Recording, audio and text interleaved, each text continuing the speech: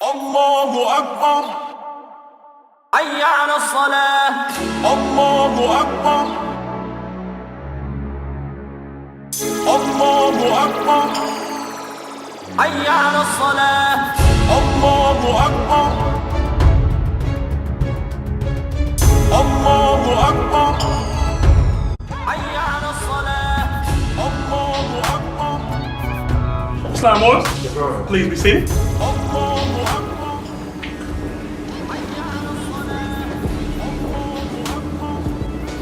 Arise, giving all praise to Allah, the Father of the universe, cherisher and sustainer of all the boundless universes. Extend the highest honors to his holy divine prophet, Prophet Noble Drew Ali, the founder, the Moorish Science Temple of America. Islam. Extend high honors as well to the Moorish flag, the red flag with the green 5-pointed star. 5 points representing love, truth, peace, freedom, and justice. These are the 5 highest principles known to man. Islam. Extend high honors to the American flag, also known as the Stars and Stripes. This flag exists as a constant reminder to the European or the Jew, the Moors, of compound interest. Islam. Giving honors to noble Sheik staff and noble vanguard staff for keeping the peace.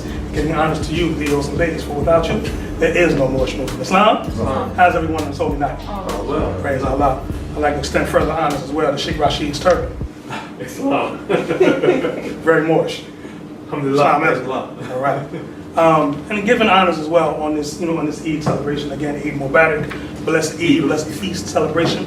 I must say, looking around at the Moors, the ones that fasted, that took the arduous discipline of Ramadan, of not eating, drinking, or, knowing your wife or husband, as it is said in the ancient records, ancient scriptures. I must say, looking around at the Moors, I see a glow. I see a few of you have shed some pounds, closer to your frame. Praise Allah. Praise Allah for the opportunity for that reboot, to reset the system. A lot of times we take more focus, with our possessions than we do with our very beings. When our vehicles get out of whack, you're right now, our vehicle is sputtering because it needs a tune-up. We need spark plugs and stuff. Right? And I'm going to take it to go get the wires and the whole thing, right? But we have to do this with our bodies as well. Your body gets out of whack every so often, so you have to meditate. You have to pray. You have to fast. You have to realign the systems. You see, and this is the way of our forefathers and our foremothers and our various different cultures. And being under the yoke, the Roman yoke of European chattel slavery, the thing that created the disconnect. Where we've forgotten how to tie back in. We've forgotten the sacred names. We've forgotten how to dial up those energies that we need, right? But the ancient cultures that are in the modern day, but honor their forefathers and their foremothers that tie themselves back, they remember these things. You see what I'm saying? I remember, back in the 80s, it was a big martial arts movie thing. Shaw Brothers, if you know anything about that. Tell them my age, by the way.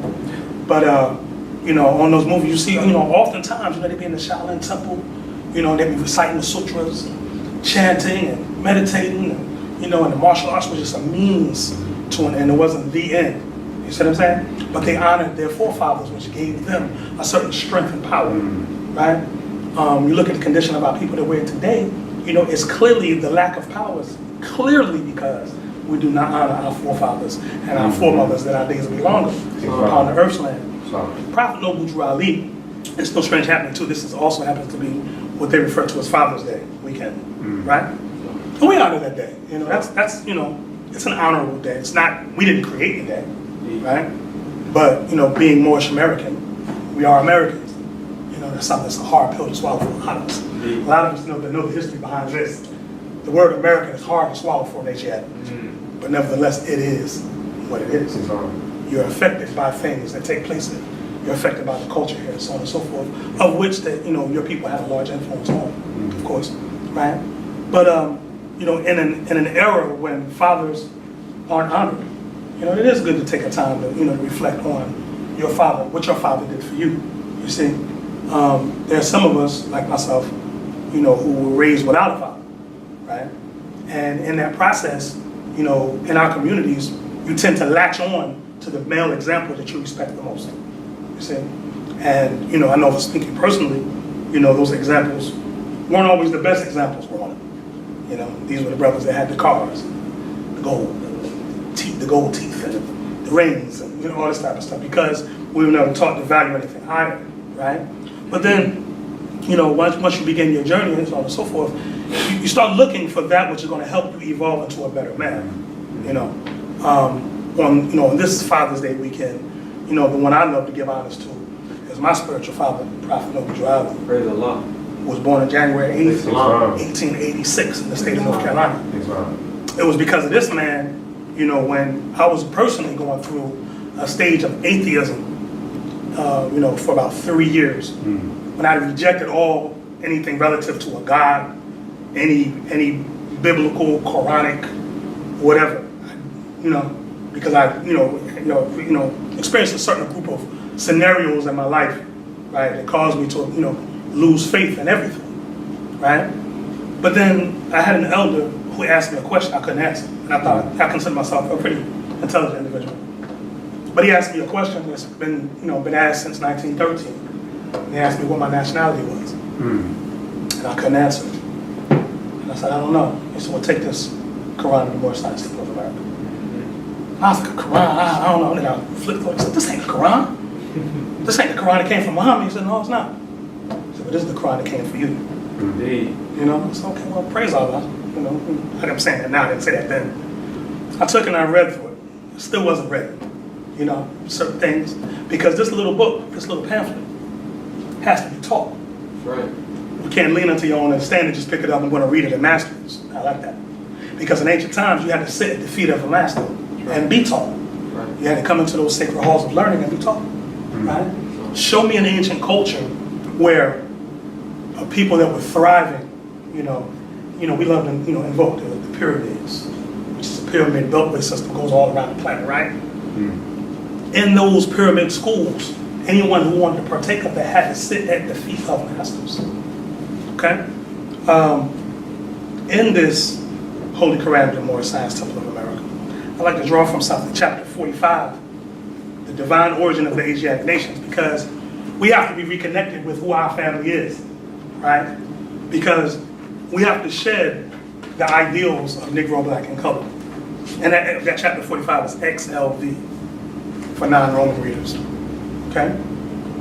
The divine origin of the Asiatic nations. Verse 1 reads, the fallen sons and daughters of the Asiatic nation of North America need to learn to love instead of hate, and to know of their higher self and lower self. This is the uniting of the Holy Quran of Mecca for the teaching and instructing of all Moorish Americans, etc. The key of civilization was and is in the hands of the Asiatic nations, the Moorish, who were the ancient Moabites and founders of the holy city of Mecca, the Egyptians, who were the Hammatites and of a direct descendant of Mizraim, the Arabians, the seed of Hagar, Japanese and Chinese, the Hindus of India, the descendants of the ancient Canaanites, Hittites, and Moabites from the land of Canaan. The Asiatic nations and countries in North, South, and Central America. The Moorish Americans and Mexicans in North America, Brazilians, Argentinians, and Chileans in South America. Colombians, Nicaraguans, and the natives of San Salvador in Central America, etc. All of these are Muslims. The Turks are the true descendants of Hagar, who are the chief protectors of the Islamic creed of Mecca, beginning from Muhammad I, the founder of the uniting of Islam by the command of the great and universal God Allah. Islam. Surely Allah speaks the truth through his holy divine prophet, Noble Drew Islam, or right? So, as you see, the prophet is connecting us with our global family. You see, oftentimes, like in your own individual families, you may have what they refer to as a family reunion, right? Where you're introduced with cousins and aunts and uncles and so on and so forth that you probably have never met, right? But it's the duty of those elders of that family to host such events to connect you with your own family line. Prophet Noble Drew Ali, kind of hosting somewhat of a family reunion with his inauguration and the founding and establishing of the Moorish Science Temple of America, right? He wanted us to know that when we saw a brother from Japan, that this is indeed our brother, right? That this is not a foreign custom that they practice, right? To know that if we were dealing with one from India, right? that these customs that they're demonstrated are not foreign, but in fact, if you research the ancient Moorish Empire, you can see them having commercial trade dealings with India back and forth. There's a movie out right now on Netflix.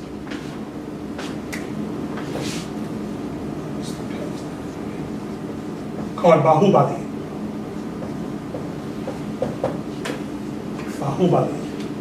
Phenomenal movie, by the way. When you look at this movie, if you should take the time to sacrifice and watch it, you get a chance to see the connection between the Moors and India. I did a little research on the movie, come to find out this was India's first big budgeted movie. First. You can clearly see it. Like, this thing is, I mean, it's rivaling some American movies. You know what I mean? Only thing why you might lose an American audience is a subtitle. You know, Americans tend to be kind of lazy. I want to be entertained, not read. Right? As Moorish Americans, we don't have a problem with literacy, right? Exactly. Right. So, excellent movie showing those connections that are there, right? And, you know, we have to give honors to our prophet, you know, our father who adopted us into his society to be able to understand something like this. Because prior to him, we would have looked at this as something foreign. I'm watching a foreign movie, not knowing that when you see, there's a scene in there where a brother pulls out a scimitar, which is a Moorish sword that curves like a crescent moon, right? And sacrifices a bull. Bunch of symbolism. I'm not even gonna get into breaking the movie down. But pulls out the scimitar. Like, if you would have known your Moorish heritage, you would have known that that is a Moorish style sword, right? So what is that doing in India? Because Indians have a whole different types of swords where they get the scimitar from, right? And they even show a part when a sheik comes through. It's a sheik so-and-so, literally sheik, not sheik, not sheikh, sheik. Sheik so-and-so. You know, he was reading out and it was commerce and trade he was coming with, you see? So all these various different things where, you know, you begin to gain an appreciation for what was brought to you, right? And when you have an appreciation for something that is brought to you, you will protect it with your very life, right? I don't have to tell Sister Jasmine and Brother Jabari that when this baby is born, right? Which, you know, we at Temple 19 are kind of high, jumping for joy for this, because this would be our technically second, but in terms of active members, first member whose wife is having a baby in October. So we're gonna try our best not to spoil it to death, right? But we're not gonna make no promises, right? But I don't have to tell them that when this baby is born, this child incarnates, right?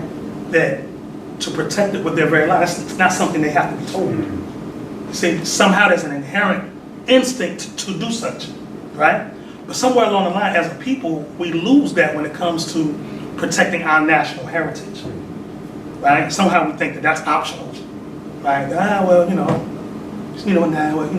I'm good, right? Meanwhile, other people pick it up and parade around as you know, namely the Shriners, right? 22 Shriner hospitals, wearing your fez. You know, it's almost sinful, but they're doing the work we're supposed to be doing, right?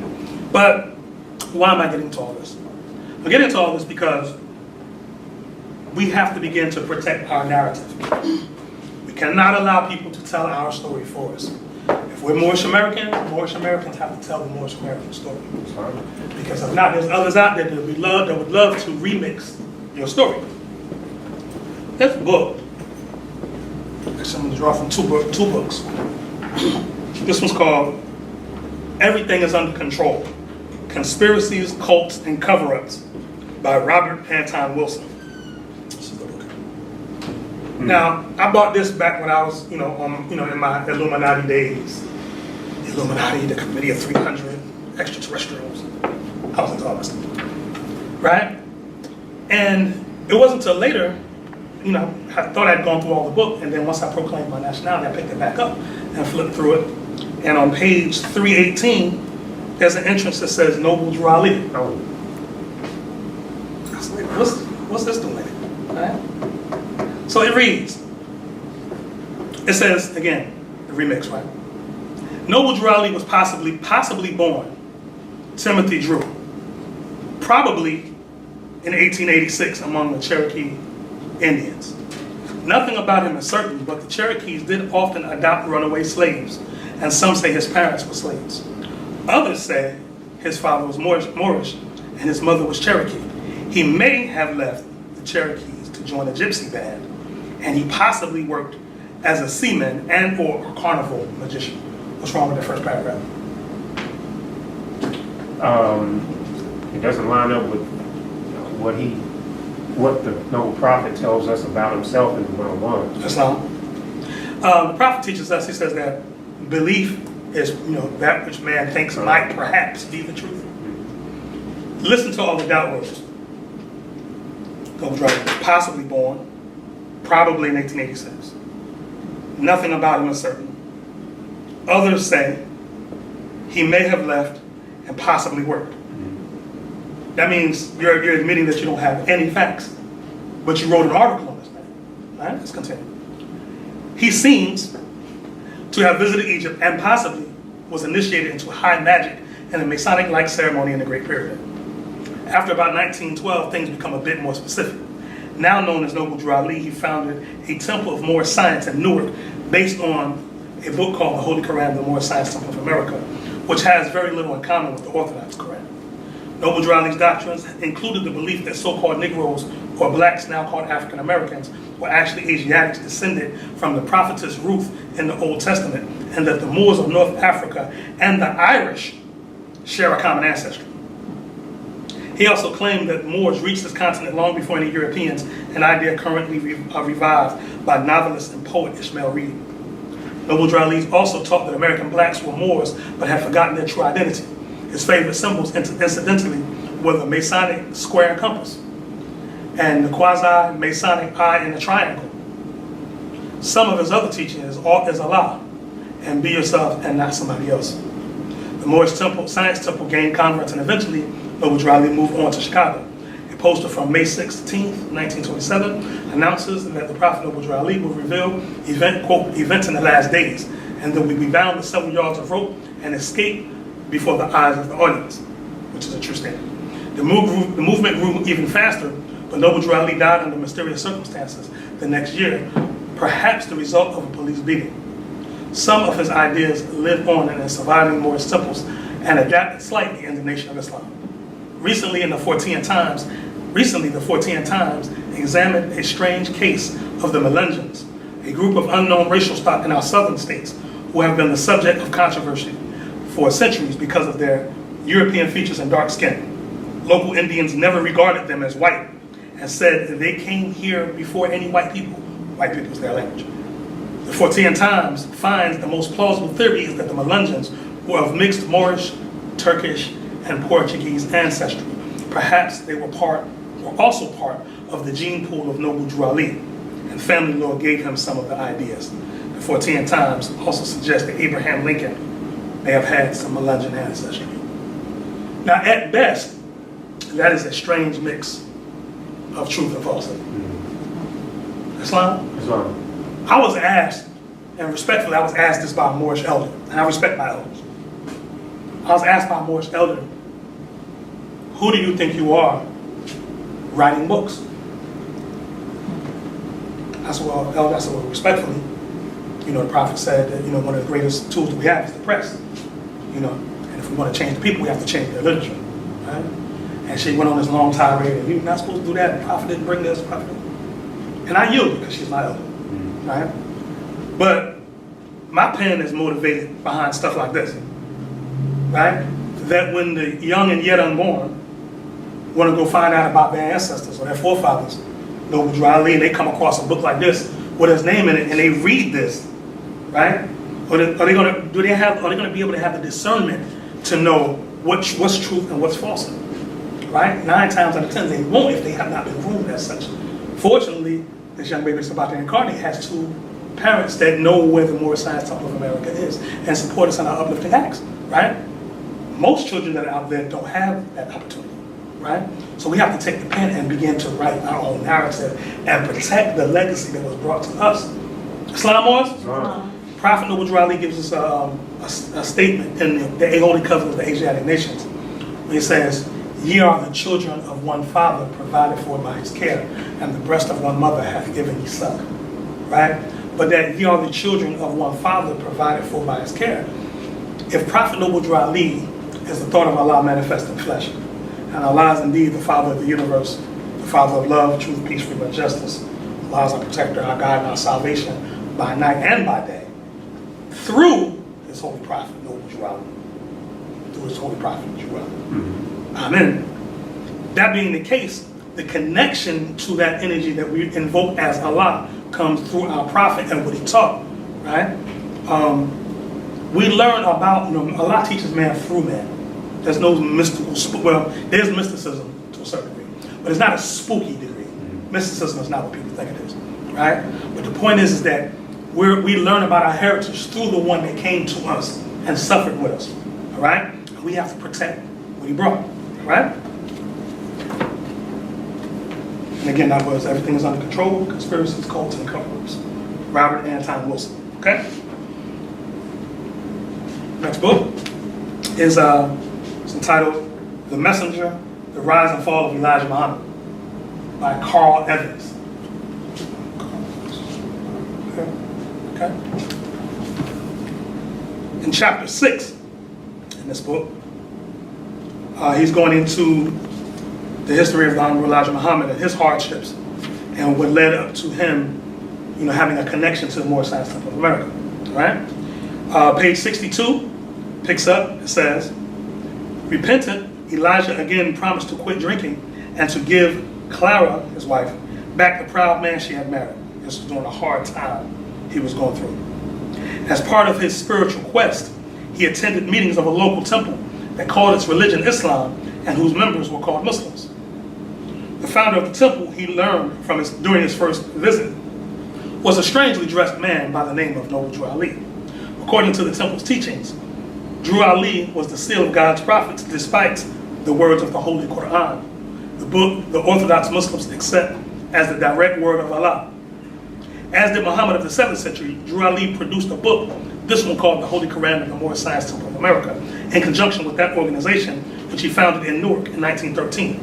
The frontispiece of the Holy Quran proclaimed that the book was, quote, divinely prepared by Prophet Noble Drew Ali by the guiding of his Father God Allah, unquote. Drew Ali believed that Morocco was the original land of the African Americans, whom he called Moors and Asiatics. According to Drew Ali, he had been divinely inspired to go to Africa in the early 1900s. After visiting Egypt, he went to Morocco, whose people are said to be descended from Bilal ibn Rabah, the African slave converted to Islam by the Prophet Muhammad, who himself was a Bedouin. While there, Drew Ali said he converted to Islam. In Morocco, then under Spanish rule, for reasons unclear, he asked the king for permission to propagate Islam in America, which was readily granted. Upon returning to America, he met with President Theodore Roosevelt, false, to apprise him of his meeting in Morocco and his plans to convert African Americans to Islam. He assured the president, however, that Muslims would remain loyal to the American government. Roosevelt, he said, laughed at him because he felt his mission was foolhardy and doomed to fail. "Go ahead," Roosevelt is supposed to have replied. "Getting Negroes to accept Islam will be about as easy as getting horses to wear pants." True statement, wrong president. The story, like nearly everything else about Noble Drew Ali, was fanciful. There's no record at all of his meeting with President Roosevelt or any Moroccan dignitaries, nor is there any evidence that he ever left the United States. Which is false. What immigration records do reveal, however, is that thousands of Muslims from Asia arrived in America in the midst of the black cultural, their language, black cultural revolution, bringing with them Islam and other Eastern religions, whose appeal to urban blacks was immediate. Among the immigrants was an East Indian missionary who came to the West to proclaim that the Mahdi or Messiah had returned to the earth. The Messiah, the missionary said, had come in the person of Hazrat Mirza Ghulam Ahmad of Qadian, India, right? And there's a connection to India there. But that Mirza Ghulam Ahmad is the founder of the Ahmadiyya Muslim sect. Hazrat Ahmad was a highly respected Muslim mystic and scholar who in 1889 announced that in India that he was the Messiah, prophesied both in the Holy Bible and the Holy Quran. Ahmad had written a book, the Brahim Ahmadiyya, which laid the foundation for the Ahmadiyya movement in Islam, or the Ahmadiyya community. His theology, like that of the Persian mystic Sidi Ali Muhammad, founder of the Baha'i faith in 1884, was considered heretical by Orthodox Muslims, which, by the way, the Baha'i sect founder and the Ahmadiyya founder, both of those groups looked at their people like prophets, right? So this whole thing of, in the Islamic world, people looking at us sideways because we proclaim Prophet Noble Drew Ali's prophethood, right? Like we can't have a prophet. This happens in the Islamic world, right? And these groups, because they're an organized body politic, right? And they stand on what they're demonstrating, they leave them alone. Moorish Americans have to have a self-worth, right? A dignity to the fact where, yes, a prophet could come to you. Right. Why not? Right. Islam? Islam. Right? It says, okay, let me take it from the top again. His theology, like that of the Persian mystics, Sidi Ali Muhammad, founder of the Baha'i faith in 1844, was considered heretical by Orthodox Muslims. That's Sayyid Muhammad, had proclaimed himself the Mahdi. Ahmad's followers in India, like those of the Bab, as Sayyid Muhammad is called by his adherents in Persia, was mercilessly persecuted by Orthodox Muslims. Thousands were murdered, others were disfigured for life after being tortured. Ahmad died in 1908. After his death, his followers selected disciples or missionaries to travel throughout the world to spread the gospel of the man they worship as the reincarnation of Christ. One of the missionaries, Mufti Muhammad Sadiq, arrived at Ellis Island around 1910 and settling in New York City opened a small mosque. He brought hundreds of East Indians and Arabs into the Ahmadiyya community and soon expanded his ministry to other large cities where there were high concentrations of immigrants from the East, notably Newark, Detroit, Dearborn, and Chicago. Sadiq was able to attract small numbers of African Americans to the Ahmadiyya movement because they looked favorably upon any alternative to Christianity, which they felt had failed them. Among the African Americans Sadiq converted was a New Jersey Railway expressman named Timothy Drew. Pay attention to this. Who studied Islam under him for about a year, between 1912 and 1913. Drew quickly became disaffected with the Ahmadiyya community, though finding that it did not offer him the spiritual and psychological fulfillment he needed. In 1913, Drew, greatly influenced by the writings of the white, this is their language, I'll say European spiritualist Levi H. Dowling, author of the Aquarian Gospels of Jesus Christ, formed his own sect calling it the Canaanite Temple. Let me go back. That whole thing about the him studying with the Ahmadiyya for about a year, right? Now, Prophet Noble Drew Ali taught from 1913 to 1929, right? If he only studied with them for a year, how much influence do you think was impressed upon the Prophet's mind in a year that would affect his movement from 1913 to for the next 16 years? Islam, all right? And this, this Aquarian Gospel of Jesus Christ by Levi H. Dowling, if anyone's ever read that book, you'd have to ask, well, where did he get the information from? And then when you start studying that, you find out that he went to Fez, Morocco, and Egypt, right? So he went back to Moorish lands to find these. So how did the Prophet steal from a European who actually got it from where our forefathers are from? Islam? All right? But maybe I'm crazy, okay? After Dowling died in 1911, Drew plagiarized the book. The book says it was divinely prepared, right? He doesn't say that he wrote it himself. He compiled it. Combined it with the teachings of the Ahmadiyya movement and material from Freemasonry to produce his so-called Holy Quran. He changed his name to Drew Ali, preceded by the title Noble, which he borrowed from Masonic ritual. If you know anything about Masonry, there's something known as either a dues card or a travel card, right? Now the dues card or travel card has been produced saying that Noble Drew Ali was a member of any Masonic group. Now they've had next month, July 20th, will be 90 years from 1928, the legal founding of the Moorish Science Temple of America. So if in 90 years, and I'm not being generous because I can actually take it back to 1913, but in those 90 years, there's not one shred of evidence making a Masonic connection, right? Especially with this era of the internet and all this type of stuff, nobody's surfaced it yet. Okay. But what it is, they just don't want to admit that an Asiatic from North America did something so massive that does not exist. Right? It's called birthright theft. Says Black Americans, their term, Noble Drew Ali wrote, were actually Asiatics who descended from the Moabites. Besides his Holy Quran, Drew Ali gave his followers several manuals containing questions and answers that had to be memorized.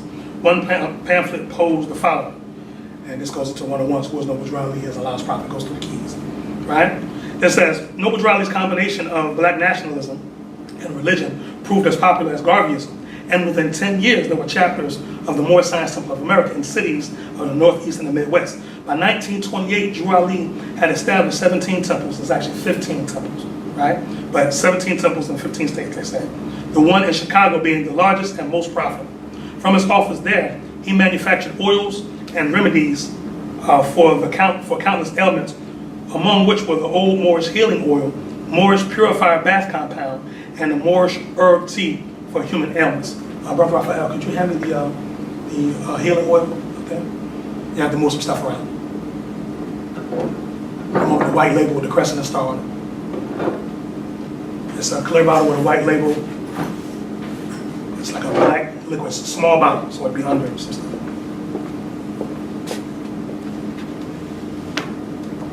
It's not. It's all right, I do the same thing all the time. Thank you. Right. This is the Moorish mineral and healing oil that the Prophet, formulated. And this thing is said that it will heal you from anything that you weren't born with. And I'll bear witness, I've used this for sore teeth, aching muscles, all types of stuff. And it's the same remedy that's been, the same formula that's been passed down one family from 1928 to now that's been making it, the McElrath Bay family. But continuing, it says, while he never personally had seen or heard Marcus Garvey deliver a speech, Elijah did attend a lecture by Noble Drew Ali in Detroit and was profoundly impressed. He was soon among the thousands of Asiatics, they said blacks, the Asiatics who joined the Moors. Because of their odd dress, the employers had no problem singling the Moors out for discrimination. The maroon feathers, which men were required to wear at all times, back in those days was true, and goatees were a dead giveaway. As Moors held themselves as superior to Europeans, their religious beliefs frequently resulted in hostile encounters on the streets and in the workplace. Things reached a point where Noble Drew Ali felt compelled to issue an edict warning members to stop assaulting Europeans and to avoid incendiary speeches on the job. What is that? We close the meeting with every meeting. The divine warning, right? This was because of certain incidences of Moorish Americans accosting Europeans, on the jobs, homes, on the public streets. In 1928, Elijah was working as a forge helper at the Chevrolet Motors plant in Detroit. While the pay was good, the forge job was one of the most dangerous and physically debilitating in the plant. The heat alone was suffocating, and helpers often went home sick, many of them coughing up black mucus for hours after the shift because they constantly inhaled vapors from the red hot metal. Elijah stayed on the job for as long as he could, but quit after several months, complaining of breathing difficulties and persistent asthma attacks. Very true. He returned to working odd jobs, but devoted most of his time spreading Islam, at least as the MSTA understood it. As he moved up the ranks of the organization, he was given several names in short succession. So generally, when you hear about Elijah Muhammad's connection to the Moorish Science Temple, you usually hear the name Robert Poole Bey. Okay? But here it goes into other names. It says Muhammad which is A-H, Alim Muhammad, and finally Muhammad Fanu Bey. For the first time in his life, Elijah was moving in the same social circles as the Asiatic middle class. Many officers of the MSTA were college-educated professionals. Others were pillars of communities because they earned good wages working for wealthy Europeans. One high-profile member of the Chicago Temple was Aaron Payne, a former assistant state prosecutor. Still another was a butler to a generous Chicago multimillionaire, and that's Julius Rosenwald. Julius Rosenwald was the Jewish individual that was responsible for bankrolling Tuskegee University, Sears and Roebuck, the YMCA, so on and so forth. You know what I'm saying? Right. It says, at election time, some candidates paid tribute to Drew Ali, particularly in Chicago, where his endorsement guaranteed thousands of votes. Drew Ali was the dude. He was that man in Chicago, right? It says, among them was Oscar DePriest, a popular city alderman representing Chicago's South Side.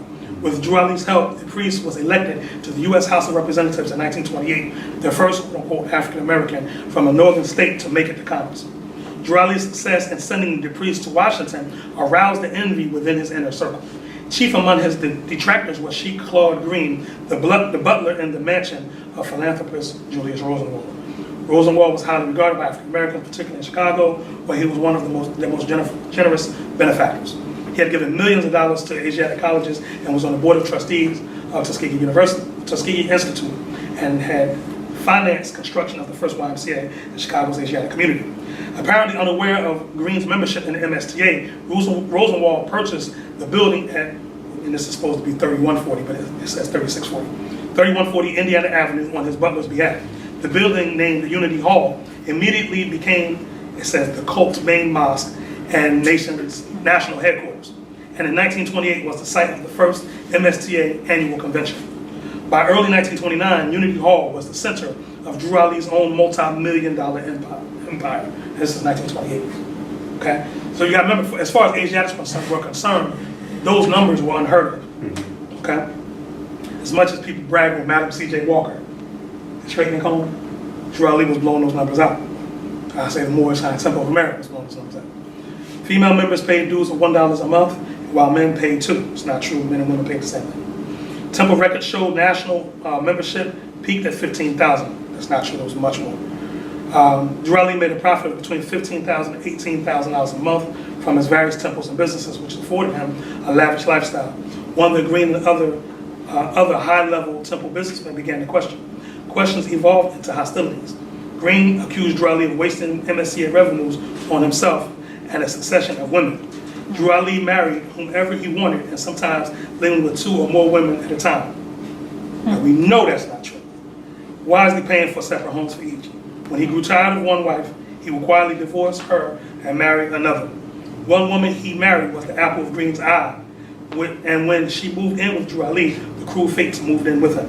Green made it clear to Drew Ali that he wasn't motivated by jealousy alone. Unless he received a larger piece of the MSTA economic pie, Green said he would publicly denounce Drew Ali as a gentleman of leisure and expose how he squandered the cult's wealth.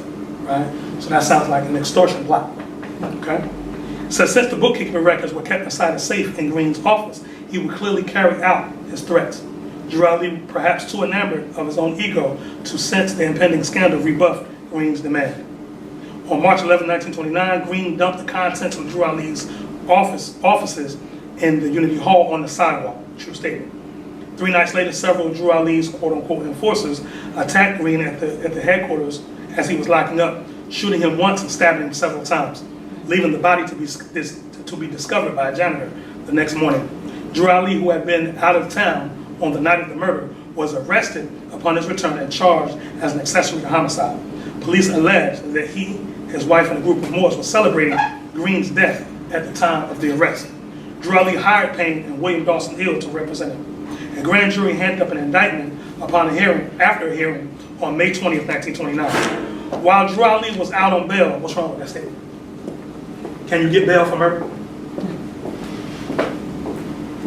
Moving on. A man by the name of David Ford joined the MSTA in Chicago, and it seemed that he was a godsend. With the trial pending and his followers abandoning the MSTA in droves, Drew Ali desperately needed someone capable of overseeing his organization. Ford, who seemed to fit the bill, was renamed David Ford L and promoted to Sheik. He rose rapidly to Grand Sheik and was put in charge of the Chicago Temple. Less than a month after naming David Ford L acting head of the Chicago Mosque, Drew Ali died. Rumor had it that he died of injuries inflicted by the police while in custody for Green's murder from a beating by MSTA members as retribution for Green's death. Other members, including Hamid Anderson-El of Newark, claimed that he died because of poor health. He was gravely ill in the weeks preceding his death. True statement. Anderson-El recalled, in any event, Drew Ali was found dead in his home on July 20th, 1929.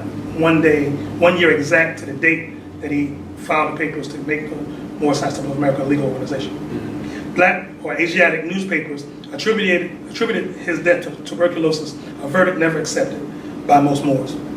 Arguments erupted over the issue of a successor.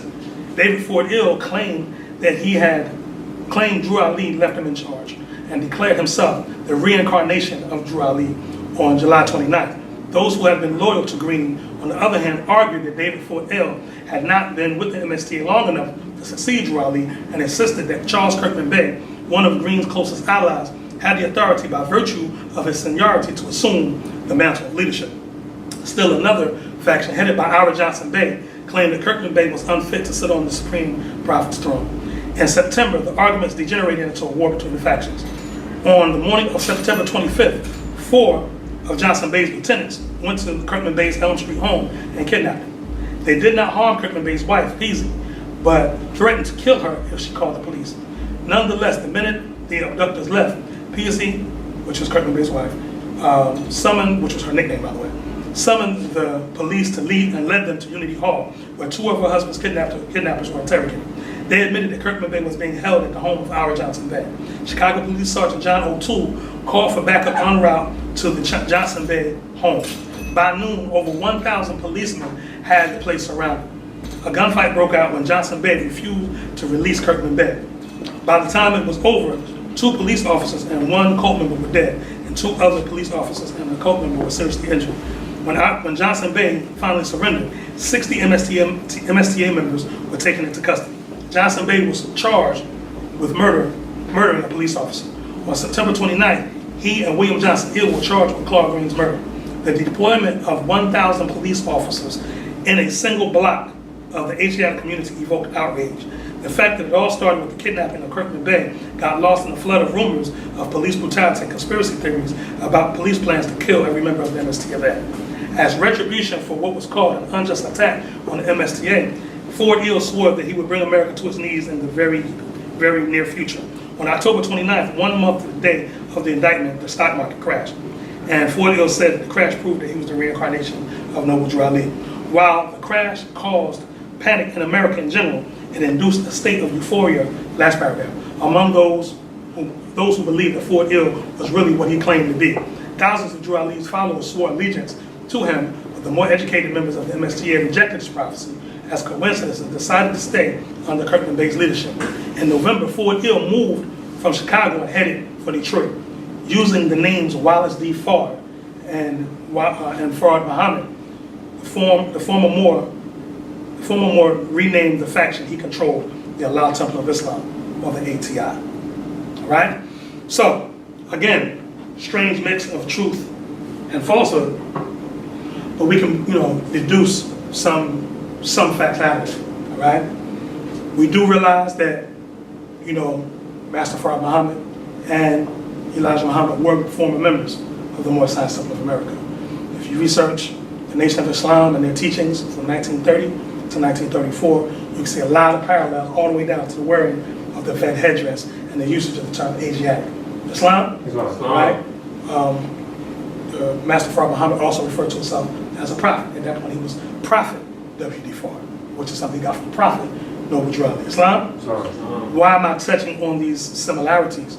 Because in this day and time, you'll have ones that will split hairs relative to the Moor Science Temple of America and the Nation of Islam relative to ideology. But the reality is that we come out of the same root. Right? Ye are the children of one father provided for by his king. Right. Islam? And it's up to us to know this history. See, the members of the Moor Science Temple of America are the keepers of not only the good, but the bad parts of our history. Right. Okay? Because no nation on earth has clean hands. Islam? Right now there's a connection, which I'll get back to what I was just talking about, but there's a peace going on between the United States and North Korea. Okay? You all saw the signing of the treaties or whatever they were signing, right? The agreements. Now, there were many who were like, well, Kim Jong-un shouldn't do it because Trump set him up and whatever. But can we say that Kim Jong-un's hands are clean? Can we say that he inherited a clean dynasty? You understand what I'm saying? Right. We have to remember that this is the carnal plane. This is the slowest plane of existence in existence. Right? So when it comes down to greed and avarice and all the things that make this plane what it is, we have to be within a certain, vibration, or certain parameters to not be succumb to those things. Why the teachings of Prophet Noble Drew Ali were returned to us. Why our Holy Quran and Moor Science Temple of America was given back. Why the principles of love, truth, peace, freedom, and justice were returned to us. Because we were navigating in the world without these things. And as a result, we became the scum of the earth. Right? We became the stone that the builders refused. The rejected stone. Right? Which has now become the headstone of the corner. Islam? All right? So, again, Moors, we have to write and catalog our own history. All right? I give honors to the authors, you know, in the Moorish Science Temple of America. I give honors to Brother Azim Hopkins Bey. I give honors to Brother Sharif Anayel Bey. I give honors to my brother Sheik Charles Brown-Hill. I give honors to all the authors, named and unnamed, Shem Hill. It's a long list of brothers, Kerry Alinde Hill, right? I give, you know, some long laundry list of Moors that decided to change the narrative, right? And to not have others, foreigners and outsiders, tell us what our movement is, right? Relative to the dark spots in our history, we know them, right? We know about the Civil War errors that took place after the Prophet passed from. We're very aware of it, right? And the remnants of that kind of exists now with Moors and the customary differences in our ability to get along, right? And visit each other's temples and, you know, honor each other's holy days and so on and so forth, right? And the very root of that, right, is most of us have not shattered our inner Negro, right? That's the thing, you know, you have to reset your default mechanism. You know, what do you go to when things go bad? It's easy to be a Moorish American Muslim when all is well, right? But when things go awry, what do you go to? What's the set of teachings that you go to keep you in the median path? When someone disrespects you, right? When somebody steals from you, when somebody betrays you, what do you go to? What's the thought process that you're going to use that's going to keep you in the spirit or in conjunction with your forefathers and foremothers? What is it? What did you have that existed before the time of Marcus Garvey and the Prophet Noble Drew Ali? See, even Marcus Garvey was wise enough to know that the Negro needed improvement. Why he called his organization the Universal Negro Improvement Association, right? But the only way to improve the Negro is to stop calling the Negro, to stop calling the black and African American and colored and Islam, all these things, and teach him how to be himself, teach her how to be herself, right? And, you know, one of the things that, you know, in my brief sabbatical I had a chance to reflect, and again, it's just, you know, I want to say too, for the record, it's phenomenal to be around you all once again. There's a lot. You know, the only thing that could keep me away from the Moorish Science Temple of America is a severe health issue. That's the only thing. You know, my wife had a surgery she had to go through. She had to go under the doctor's knife and had to heal, so I had to stand by her side. So, praise Allah, she's back. Praise Allah. We walked in together. Praise Allah. So, you know, but it's phenomenal to be emotional, all of us. But the point is that, you know, to be here, you know, in the Moorish Science Temple of America amongst like minds is a phenomenal thing, you know, because I talk to Asiatics all the time, and our state of mind is beat down. You know, there's a segment of our population that believes that we can't succeed, that believes that our condition can't be better. The Prophet said, if you think that your condition can be better, join the Moorish Science Temple of America, right? Because by you demonstrating the fact of your belief, right, of your, you know, because thinking perhaps that the condition can be better, right, and converting that later into knowledge, and later becoming that change that you seek, you create a beacon of light, which is hope, right? You become a beacon of light for others that are out there that may want to change their lives, right? Because, you know, we comprehend the inner life by, you know, we come to the inner life through ceremonies and forms, right? By what we see and do, right? So, you know, you can only be what you know. Most of our people, you know, are living out the example that they were taught. They're living out the example that was handed down to them by their mother, by their grandmother, by their father, so on and so forth, right? But getting back to the reflection that I had, you know, during that brief sabbatical, much of the chaos that's taking place in our temples is taking place because our women are not in the proper position that they're supposed to be in the temples. The Prophet Noble Drew Ali, when he was in the form, uplifted the sisters to the point where the sisters ruled as co-regents to the brothers. We shared equal power, right? And to the point where when the brothers see things a certain way, and, you know, brothers having that war energy, you know, we get that abrasiveness, you know. But a sister comes and smooths it out by her very presence a lot of times, right? And a lot of times by that mother wit and intuition. Islam? Why the Prophet again did tie us back to Ruth, the Moabitess. It was Ruth's nationality. Ruth was a Moabitess. Islam? And, you know, Moabitess or Moabite is an ancient name for Moroccan or Moorish. All right? But he tied us back to, he could have tied us back to a forefather, right? Because obviously they were male Moabites, right?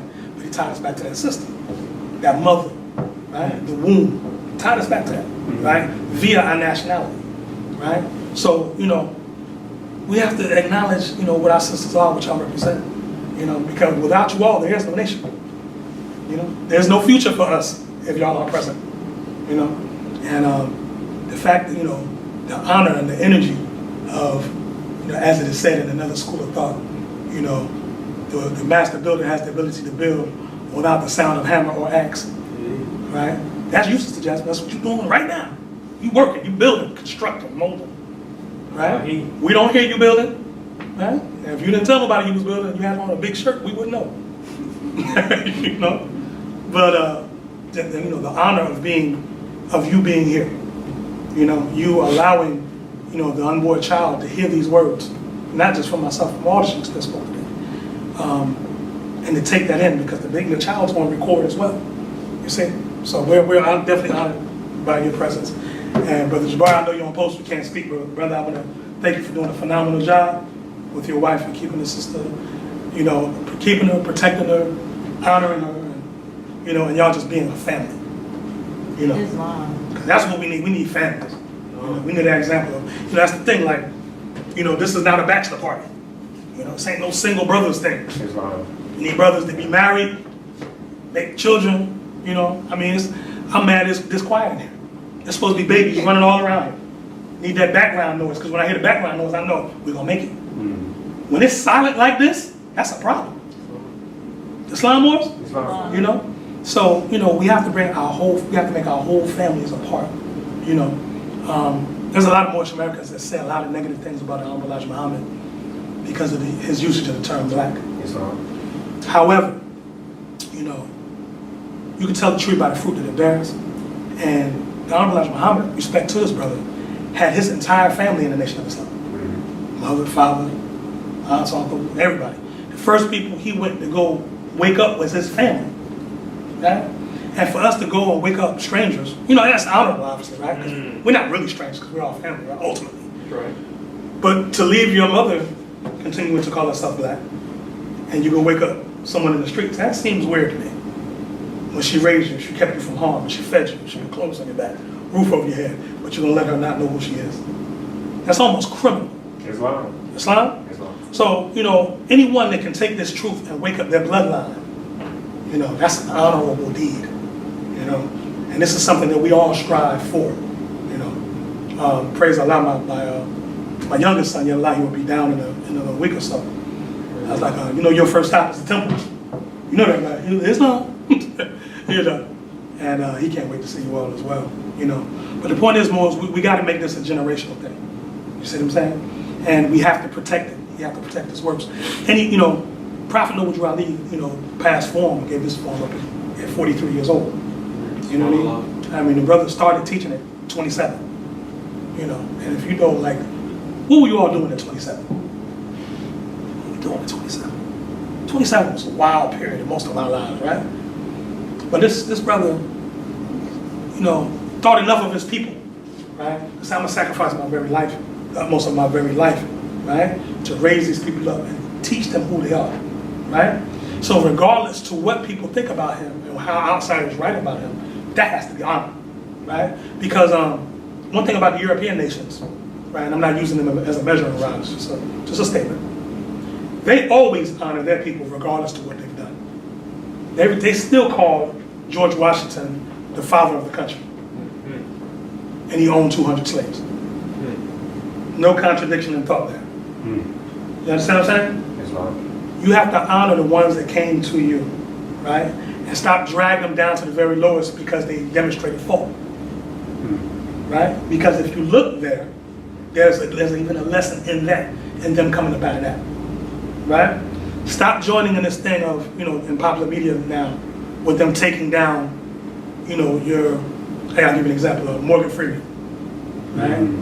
Now, he's a man. I know he's made some mistakes, whatever, but he's also made some great contributions. Great contributions, to the evolution of thought of Asiatics in this country. And if you're not up on that, do a study on Morgan Freeman and what he's done. He had it was a series. It was called Something of God. Anybody familiar with that? I think it's like the science of God or the study of God or something like that. It was a series that came phenomenal. He went to India, went to South America, went to various different countries, trying to unfold, different people's concept of how they approach a higher power. And what the series ended up showing was that it was a universal ideal, right? Despite the cultures and tongues and the languages and all of that, it's one universal ideal, right? Now, him being a wealthy elder, he didn't have to do that. You understand what I'm saying? Right? But stop joining in the condemnation of your own kindred. If anything, we deal with that stuff behind closed doors. Don't do it in the open. That's right. Don't do it. Because the rest of the nations of the earth, they're not doing that. And even if they were, you're held to a higher standard, being the descendants of the mothers and fathers of civilization. So you can't do what they do. Islam?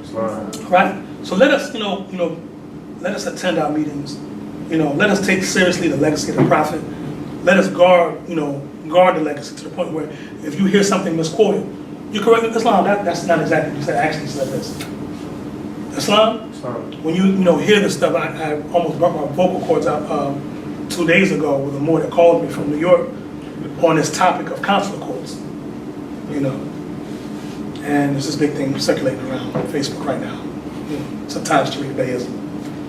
And I was just like, well, Moor, show me in the Prophet's literature where he brought that, where he said we had to demonstrate consular courts. I said, well, what does a consular court do? Well, they arbitrate disputes and they do this and they deal with commerce and trade. Okay.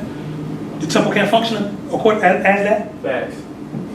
According to Act 1. And if you know your additional laws deal with our dealings in finance. You see what I'm saying? So why do we have to add to the wheel? The Prophet already invented the wheel for us. You right? All we got to do is get in the car and drive. Now we want to reinvent the wheel. You understand what I'm saying? We want to be and have what everybody else has, instead of valuing what was brought to us. Everybody else's ice is colder.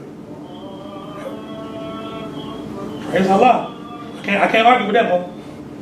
But that's what we have to get on. Islam? All right? Are there any questions, comments, concerns, or statements? All's well? Nothing, Sister Jasmine? You sure? Positive. All right. So, with that, we can go ahead and lower the meeting. I don't want to burden the Moors. No burden. Praise Allah. Islam? Islam? Moore Science Temple of America, Noble Drew Ali founder, home office, Chicago, Illinois, 1928. To be proclaimed, I'm reading the wrong thing. Part 7. Do that again, didn't flow right.